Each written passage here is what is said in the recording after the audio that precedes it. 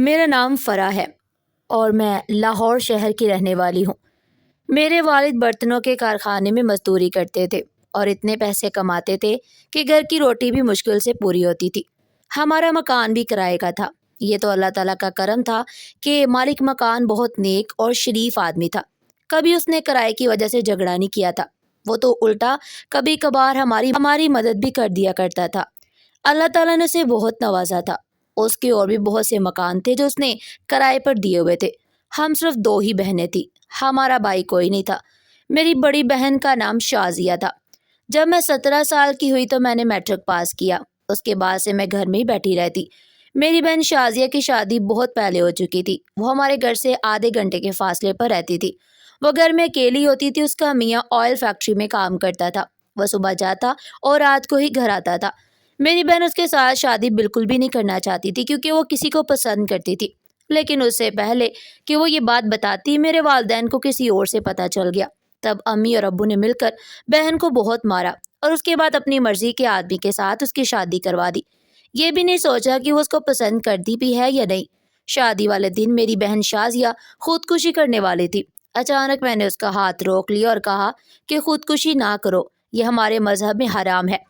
بہن رو کر چپ ہو گئی اور پھر میں نے یہ بات امی کو بھی بتا دی کہ شازیہ نے اپنے پاس زہر چھپایا ہوا ہے جو یہ شادی کی رات کھانے والی ہے۔ امی نے پھر سے اس کو برا بھلا کہا اور وہ زہر بھی اسے چھین لیا۔ میری بہن ایسی ہو گئی تھی کہ جیسے ہی اس کی جنگ ساری دنیا کے ساتھ تھی۔ اپنے شوہر کے ساتھ تو وہ کچھ بولتی ہی نہیں تھی، اسے ڈرتی بہت تھی، لیکن ہمارے ساتھ وہ بات کر لیا کرتی تھی، مگر اب ہمیشہ عجیب باتیں ہی کرتی رہتی۔ وہ جلی کوٹی ہوئی باتیں کرتی تھی۔ مجھے تب بہت خوشی ہوتی تھی جب میری اماں اور ابا مجھے کہتے تھے کہ تم کچھ دنوں کے لیے بہن کے گھر چلی جاؤ۔ ویسے بھی اپنے گھر کے ماحول سے بہت تنگ تھی۔ ہمارے گھر میں کچھ بھی نہیں تھا۔ بہن کے ساتھ میرا ٹائم بہت ہی اچھا گزر جاتا۔ جب اس کا پہلا بچہ ہوا تو اس کے بچے کو سنبھالنے والا کوئی نہیں تھا، اس لیے میں 1 مہینے کے لیے اس کے گھر چلی گئی۔ میں اس کے بچے کو سنبھال لیتی تھی۔ میری بہن شازیہ کی حالت بہت زیادہ بری تھی۔ ڈاکٹر نے کہا تھا کہ یہ بہت زیادہ ویک ہے۔ میری بہن اب بلا وجہ بات پر ضد کرنے لگی۔ اس ضد میں اس نے 3 دن تک کھانا نہیں کھایا۔ جب اسے لگتا تھا کہ میں بھوک سے مرنے والی ہوں نہیں تو پھر کھانا کھا لیتی تھی اور وہ کچھ اور بھی عجیب حرکتیں کرتی۔ وہ اپنے شوہر کا خود ہی نقصان کرتی تھی اور پھر کہتی تھی کہ میں نے تو یہ کیا ہی نہیں، اور اس کے لیے وہ قسم بھی اٹھا لیتی تھی۔ اسے کسی بات کا کوئی ڈر نہیں تھا۔ وہ کہتی تھی کہ جو میرے ساتھ ہونا تھا وہ تو ہو چکا ہے، اب مجھے کسی بھی بات کا کوئی ڈر نہیں ہے۔ جس آدمی کو میں کھونے سے ڈرتی تھی وہ تو مجھ سے چھین لیا گیا، اور وہ تھا جس سے محبت کرتی تھی۔ وہ تو میرے ماں باپ کو بھی یہی کہتی تھی کہ اب آپ چھوٹی کی بھی شادی کر دے، اس کو کیوں بٹھایا ہوا ہے؟ مجھے تو 18 سال کی عمر میں ہی قربان کر دیا تھا، اس کو کیوں بٹھا کر بیٹھے ہوئے ہو؟ تب وہ کہتے تھے کہ کوئی اچھا رشتہ نہیں مل رہا، جیسے ہی کوئی رشتہ ملا تو اس کی بھی شادی کر دیں گے۔ میں نے کہا آپی، آپ میری شادی کے پیچھے کیوں پڑ گئی ہیں؟ میں نے آپ کی حالت دیکھی ہے، میں نے شادی نہیں کرنی۔ تب شازیہ آپی مجھے کہتی کہ تم بھی تو پھنسو، میں بھی ان کی بیٹی تھی، تم بھی ان کی بیٹی ہو۔ کیا مجھے انہوں نے کچرے سے اٹھایا تھا جو اتنی جلدی اور بنا چھان بین کے میری شادی کر دی، اور تمہاری باری پر وہ اچھے رشتے کی تلاش میں ہے؟ میری بہن کسی کا برا نہیں سوچتی تھی، لیکن اس کی زبان بہت تلخ ہو گئی تھی۔ امی کہتی تھی کہ اس کی زبان کے آگے کوئی خندق ہی نہیں ہے، یہ تو جب بھی بولتی ہے منہ پھاڑ کر ہی بولتی ہے۔ جب اس کا پہلا بچہ ہوا تو میں وہیں پر تھی۔ اس کے بعد شازیہ آپی کا دوسرا بچہ پیدا ہونے والا تھا، جبکہ اس کا پہلا بیٹا صرف 9 مہینے کا تھا۔ امی نے کہا کہ بیٹا تھوڑا وقفہ ہی کر لینا تھا، اس طرح تو بڑی مشکل ہو جائے گی۔ انہوں نے کہا کہ یہ بات آپ اپنے دماد سے کیوں نہیں پوچھتی؟ تب میری امی نے کہا کہ اسے تھوڑی نہ ایسی بات کی جاتی ہے، لیکن تم اس کو سمجھاؤ کہ اگر بچوں میں وقفہ نہیں ہوگا تو اس طرح بچے سنبھالنا مشکل ہو جائے گا۔ میری بہن کہتی تھی کہ وہ میری کوئی بات نہیں سنتا ہے، اگر آپ لوگوں کو اتنی فکر ہے تو آپ لوگ اس کو سمجھائیں کیونکہ وہ میری بات نہیں مانتا۔ امی کہتی تھی کہ سارا قصور شازیہ کا ہے، کیونکہ لگتا ہے اس کو بچے پیدا کرنے کا شوق ہے۔ مجھے تو خیر امی کی بات سمجھ نہیں آتی تھی کہ وہ کیا کہہ رہی ہیں۔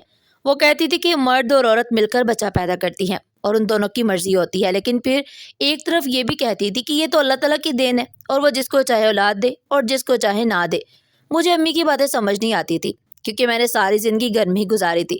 صرف اسکول کے لیے جاتی تھی، وہاں سے سیدھا واپس آ جاتی۔ دوسری دفعہ میری بہن امید سے تھی تو اس کی حالت بہت زیادہ خراب تھی، اور اس کی 3 مہینے پہلے ہی ایسی حالت ہوگی کہ اسے بستر سے اٹھا نہیں جاتا، اور میں 3 مہینے پہلے اس کے گھر پر رہنے کے لیے چلی گئی تھی۔ میرا بہنوئی پردے کا اور ان ساری چیزوں کا بڑا پابند تھا۔ ویسے یہ کوئی بری بات نہیں تھی، اسلام میں پردہ کرنے کا حکم بھی ہے، لیکن وہ کچھ زیادہ اس معاملے میں بولتا تھا۔ جب اس نے گھر پہ آنا ہوتا تھا تو امی بھی سر پہ دوپٹہ اوڑھ لیتی تھی، جبکہ آگے پیچھے امی کا دوپٹہ کہاں ہے اس بات کا امی کو بھی ہوش نہیں ہوتا تھا۔ داماد آتا تو پردہ بھی نیچے گرا دیتی تھی، دروازے کو بھی بند کر دیتی تھی۔ داماد کو کہہ رہی ہوتی تھی کہ ہمارے گھر میں تو 24 گھنٹے دروازہ بند ہی رہتا ہے۔ میں پہلے پوچھتی ہوں کہ کون آیا ہے، پھر دروازہ کھولتی ہوں، جبکہ ایسا کچھ بھی نہیں تھا۔ ہمارے گھر میں جو بھی چاہے منہ اٹھا کر آ جاتا تھا، بلکہ میری امی کی تو ایک ایسی عورت کے ساتھ بھی دوستی تھی جس کو پورا محلہ اچھا نہیں سمجھتا تھا، پھر بھی اس کے ساتھ امی نے دوستی لگا رکھی تھی۔ اب بابا کو بھی اس بات پر اعتراض تھا، لیکن امی کہتی تھی کہ میری اکلوتی دوست ہے، اس کو تو چھوڑ دو، اور امی اپنے داماد کے سامنے تو اس عورت کا نام ہی نہیں لیتی تھی۔ ایک دفعہ ایسا ہوا کہ داماد صاحب بیٹھے تھے تو وہی عورت اوپر سے آ گئی۔ امی گھبرا گئی اور اس عورت سے کہا کہ نہیں، ہمارے گھر میں کچھ نہیں ہے، آج ہم نے کھانے میں کچھ نہیں بنایا، تم کسی دوسرے گھر سے مانگو۔ وہ بھی حیران رہ گئی، چپ کر کے چلے گئی۔ بعد میں امی اس عورت سے معافی تلافی کر رہی تھی کہ بیٹی کے سسرال کا معاملہ ہے نا، اب ایسا تو کرنا پڑتا ہے، کیا کروں۔ وہ عورت بھی سمجھ گئی کہ بیٹی کے معاملے میں تو جھوٹ بولنا پڑتا ہے اور رکھ رکھاؤ بھی رکھنے پڑتے ہیں تاکہ اس کا گھر بن جائے۔ میری بہن کو مہینہ پہلے ہی درد شروع ہو گیا۔ رات کے وقت ایک کمرہ مجھے ان لوگوں نے دیا ہوا تھا جس میں پہلے والے بیٹے کو سنبھالا کرتی تھی، کیونکہ میری بہن سے تو اب اپنا آپ سنبھالا نہیں جاتا تھا۔ میرا بہنوئی رات کو مجھے اور امی کو دوسرے کمرے میں بھیج دیتا۔ آدھی رات کو اچانک سے مجھے شازیہ کی چیخنے چلانے کی آوازیں آنے لگی۔ پتہ چلا کہ درد شروع ہو گیا ہے۔ تب میں نے امی کو بھی بلا لیا اور وہ اسے ڈاکٹر کے پاس لے گئی۔ اس دفعہ میری بہن نے پھر سے ایک بیٹا پیدا کیا، لیکن میری بہن کی حالت بہت بری تھی۔ ڈاکٹر نے یہاں تک بھی کہہ دیا کہ بچے کو بچایا جائے یا کہ ماں کو، تو سب نے کہا کہ ماں کو بچائیں، لیکن پھر عین ٹائم پہ کرم ہو گیا اور دونوں بچ گئے۔ اللہ اللہ کر کے بہن بچی تھی، دعائیں کر کے برا حال ہو گیا تھا۔ میری بہن کا ہر دفعہ آپریشن سے ہی بچہ پیدا ہوتا، کبھی نارمل ڈیلیوری نہیں ہوئی تھی۔ آج تو ایسے لگتا کہ ڈاکٹر ابھی کوئی بری خبر سنا دیں گے۔ ہم سب خود کو تیار کیے بیٹھے تھے، لیکن سب کچھ ٹھیک ہو گیا۔ اب رات کے وقت دونوں بچے میرے پاس ہوتے اور بہن اپنے کمرے میں اپنے شوہر کے ساتھ سوتی تھی۔ وہ رات کو دیر سے آتا، میری بہن کا سارا حسن خراب ہو گیا تھا۔ اس کی شکل دیکھ کر ایسے لگتا تھا کہ جیسے وہ 40-45 سال کی ہے، جبکہ اس کی عمر صرف 25 سال تھی۔ بچے پیدا کرنے کی وجہ سے یہ سب ہوا تھا یا پھر ٹینشن لینے کی وجہ سے، ہمیں نہیں پتا، مگر جب ہم اکیلے بیٹھے ہوتے ہیں تو وہ اپنی اسے عاشق کے بارے میں باتیں کرتی رہتی تھی جس کا نام نعمان تھا۔ آپ ہی کہتی تھی کہ وہ مجھے بہت محبت کرتا ہے، ابھی بھی اگر میں اس کے پاس چلی جاؤں تو وہ مجھے قبول کر لے گا۔ اس نے ابھی تک شادی نہیں کی۔ میں نے کہا تمہیں کیسے پتا اس کے بارے میں، تم اس کی خبر کیسے رکھتی ہو؟ تو اس نے کہا کہ نعمان نے مجھ سے وعدہ کیا تھا کہ وہ میرے علاوہ کسی سے شادی نہیں کرے گا۔ میں نے کہا کہ اگر تمہارے شوہر کو پتہ چل گیا تو پھر کیا ہوگا؟ کہنے لگی زیادہ سے زیادہ کیا کرے گا، مجھ پر ہاتھ اٹھائے گا، مار ڈالے گا، کوئی پرواہ نہیں مجھے، وہ تو پہلے بھی مارتا رہتا ہے۔ میں نے کہا کہ بھائی تم پر ہاتھ اٹھاتے ہیں کیا؟ اچانک میری بہن نے اپنی بات سے مکر گئی اور بولی کہ بس، میں نے غصے میں کہہ دیا تھا۔ اتنا تو مجھے بھی پتا تھا کہ میرے بہنوئی مارتے نہیں تھے، کیونکہ وہ اللہ والے بندے تھے اور عورت پر ہاتھ اٹھانا اچھا نہیں سمجھتے تھے۔ عورت کمزور ہوتی ہے اور کمزوروں پر ہاتھ اٹھانا بزدلی ہے۔ ایک دن رات ہی تو دونوں بچے میرے پاس تھے۔ اب دو چھوٹے چھوٹے بچوں کے ساتھ کون سو سکتا ہے؟ پہلے بیٹا تو پھر بھی سو گیا، لیکن چھوٹا بچہ مجھے بہت تنگ کر رہا تھا، جس کی وجہ سے مجھے بھی نیند نہیں آ رہی تھی۔ لیکن تھوڑی دیر کے بعد میری بہن چیخنے لگی، وہ اپنے شوہر سے معافی تلافی کرنے لگی۔ میں اٹھ کر صحن میں آئی تو آوازیں آنا بند ہو گئی، جبکہ میں سننا چاہتی تھی کہ وہ لوگ کیا باتیں کر رہے تھے۔ اس کے بعد دوبارہ آواز نہیں آئی۔ صبح میں نے یہ بات بہن سے نہیں پوچھی، اس کا چہرہ بھی عجیب سا بنا ہوا تھا، لیکن اس نے تو ہر وقت ایسا منہ بنایا ہوتا تھا کہ جیسے جانے کون سی قیامت آ گئی ہو، جیسے ساری دنیا کے درد و دکھ اور تکلیفیں صرف وہی برداشت کر رہی ہے اور ساری دنیا کی ذمہ داریاں میری آپ ہی کے کاندھوں پر ہے۔ میری بہن واقعی بہت ضدی تھی، اسی رویے کی وجہ سے شاید رات کو بھائی سے ڈانٹ کھائی تھی اور ابھی تک منہ بنا کر بیٹھی تھی۔ ہمیں بھی اپنے بہنوئی کا پتہ تھا، وہ اتنے برے انسان نہیں تھے، لیکن اپنی بہن کا ضرور پتہ تھا کہ وہ بہت زیادہ ضدی تھی۔ کبھی وہ ان کی جیب سے پیسے نکال کے کہتی مجھے نہیں پتا کہاں گئے، کبھی اپنے شوہر کے کپڑے جلا دیتی تھی اور کہتی تھی کہ میں نے نہیں جلائے، تو کبھی ان کے کپڑوں پر کوئی چیز پھینک دیتی تھی جس سے کپڑے گندے ہو جاتے، پھر خود ہی کہتی کہ کیا ہو گیا ہے، لائے میں صاف کر دوں، اور کپڑے دھونے میں اتنی دیر لگا دیتی کہ جہاں انہوں نے جانا ہوتا وہاں سے ان کو دیر ہو جاتی۔ شاید عورت کا بدلہ لینے کا یہی طریقہ ہوتا ہے، جبکہ کہا جاتا ہے کہ پڑھی لکھی اور نیک عورت اپنی نسل سنوار دیتی ہے۔ اس بات میں کوئی شک نہیں ہے۔ اسی طرح عورت کے اندر اگر آپ انتقام بھر دیں تو پھر وہ نسلیں برباد بھی کر سکتی ہے، اور میری بہن بھی ایسی ہی انتقامی تھی، کیونکہ اس کے اندر انتقام بھرا ہوا تھا، امی ابو سے، اپنے شوہر سے، یہاں تک کہ مجھ سے بھی اسے گلا تھا۔ وہ مجھے کہتی رہتی تھی کہ فرا، شادی کے دن تم نے کیوں سب کو بتایا تھا کہ میں اپنی جان لینے والی ہوں؟ اگر میں مر جاتی تو میری جان چھوٹ جاتی، تم کر لیتی اس سے شادی، ماں باپ کی عزت بچانی تھی تو پھر اس طرح بچاتی، مجھے کیوں مرنے سے روکا تھا تم نے؟ مجھے ذلیل کروا دیا۔ میری بہن کبھی کبھی بہت عجیب باتیں کرتی تھی، سمجھ نہیں آتا تھا کہ وہ کیا چاہتی ہے۔ اگلی رات پھر میری بہن کے کمرے سے عجیب و غریب قسم کی آوازیں آنے لگی۔ اب تو میں اٹھ کے صحن میں آ گئی، اور جب آوازوں کو غور سے سنا تو وہ کچھ اس طرح کی آوازیں تھی کہ وہ کہہ رہی تھی چھوڑ دو مجھے، اللہ کے لیے چھوڑ دو، ایسا مت کرو، ایسا کرو گے تو میں مر جاؤں گی۔ میں حیران رہ گئی کہ ہو کیا رہا ہے۔ میرا بہنوئی میری بہن کے ساتھ کوئی جھگڑا تو نہیں کر رہا، نہ ہی اسے کوئی ڈانٹ رہا تھا۔ میری بہن خود ہی یہ سب کچھ بول رہی تھی، مجھے نہیں پتا تھا کہ کیا ہو رہا ہے۔ لیکن اگلے دن میری بہن کی طبیعت بہت زیادہ خراب ہو گئی۔ اس نے کہا چلو ڈاکٹر کے پاس چلتے ہیں۔ بچوں کو امی کے پاس چھوڑا اور اسے میں ڈاکٹر کے پاس لے گئی۔ ڈاکٹر نے چیک اپ کیا اور کہا کہ ایک تو تمہارے بچوں میں وقفہ بہت کم ہے، اوپر سے ابھی ابھی تمہارا بچہ پیدا ہوا ہے، تمہیں شرم نہیں آتی؟ میں نے پہلے بھی تمہیں کہا تھا اس طرح کا کوئی کام نہیں کرنا ہے، اپنے شوہر کو منع نہیں کر سکتی تھی کیا؟ مجھے ڈاکٹر کی باتیں سمجھ نہیں آ رہی تھی۔ میری بہن ڈاکٹر کو بھی یہی کہہ رہی تھی کہ ہاں ٹھیک ہے، میری غلطی ہے۔ ڈاکٹر نے پھر اسے نہ جانے کیا کہا، لیکن جب میں وہاں پر نہیں تھی تو ان کے پیچھے بہت سی باتیں ہوئی، کیونکہ میں نیچے دوائی لینے گئی تھی۔ اس کے بعد میری بہن سے میں نے پوچھا کہ ڈاکٹر نے کیا کہا ہے، لیکن اس نے مجھے نہیں بتایا۔ میری بہن کا پہلا بیٹا سال کا تھا اور دوسرا بیٹا 3 مہینے کا، اور پھر اچانک میری بہن نے یہ خبر سنا دی کہ وہ پھر سے امید سے ہے۔ اس دفعہ تو ہم سب نے اپنا سر پکڑ لیا۔ ہم نے کہا پاگل تو نہیں ہو گئی، دماغ تو نہیں خراب ہو گیا تمہارا؟ لیکن وہ جواب نہیں دیتی تھی، چپ کر کے بیٹھی رہتی تھی۔ مجھے ایسا لگتا تھا کہ اس نے اپنے آپ کو مارنے کا یہ طریقہ نکالا ہے، کیونکہ بچہ پیدا کرنے سے عورت کی ساری صحت اور زندگی داؤ پر لگ جاتی ہے۔ 9 مہینے میں کچھ بھی ہو سکتا ہے، اور پھر آخری وقت میں کچھ نہ کچھ ہو ہی جاتا ہے۔ بہت سی عورتیں ہیں جو بچہ پیدا کرتے ہوئے مر جاتی ہیں۔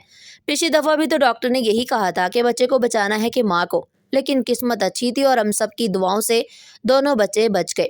مگر اس دفعہ تو مجھے لگ رہا تھا کہ اس کا شوہر بھی اس کو مارنا چاہتا تھا، اور وہ خود بھی مرنا چاہتی تھی۔ جب بھی بچے کی خبر سنائی جاتی تو میرے بہنوئی کا رویہ بہت اچھا ہو جاتا، وہ تو بہت خوش ہوتا تھا کہ اللہ کا کرم ہو گیا، باقی کے معاملات بھی خیر سے گزر جائیں گے۔ مردوں کو کیا پتا ہوتا ہے، ان کو تو بچہ پکڑا دیا جاتا ہے۔